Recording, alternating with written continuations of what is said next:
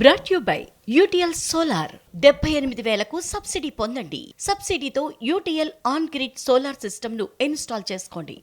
కేసీఆర్ అసెంబ్లీకి రావాలంటూ మరొకసారి పిలుపునిచ్చారు సీఎం రేవంత్ రెడ్డి. ఆయన అసెంబ్లీకి వచ్చి తన పెద్దరికాన్ని చూపించాలి అన్నారు.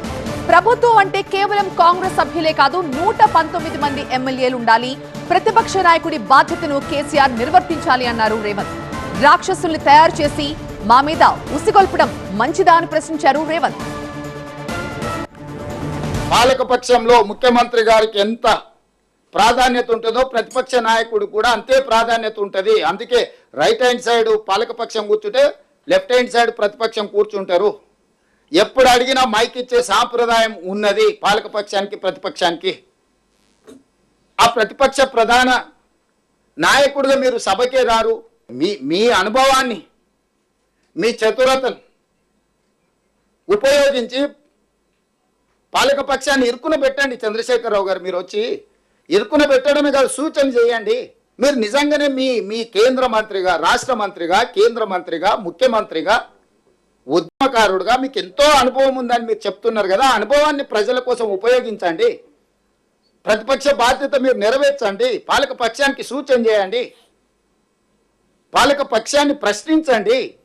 ఇది నిర్దిష్టంగా ఇది అంశము, ఈ అంశంలో మీరు చేసిన నిర్ణయం ఇది, ఈ నిర్ణయం సహేతుకంగా లేదు, దీన్ని సవరించడం ద్వారా పేదలకు మేలు జరుగుతుంది అని మీరు నిర్దిష్టమైన సూచన మీరు చేయండి చంద్రశేఖరరావు గారు. మాకేమి బేసజాలు లేవు. వయసులో అనుభవంలో మీరు పెద్దోళ్ళు అనుకుంటున్నారు. ఆ పెద్దరికాన్ని మీరు నిలబెట్టుకోండి అని మేము అంటున్నాము.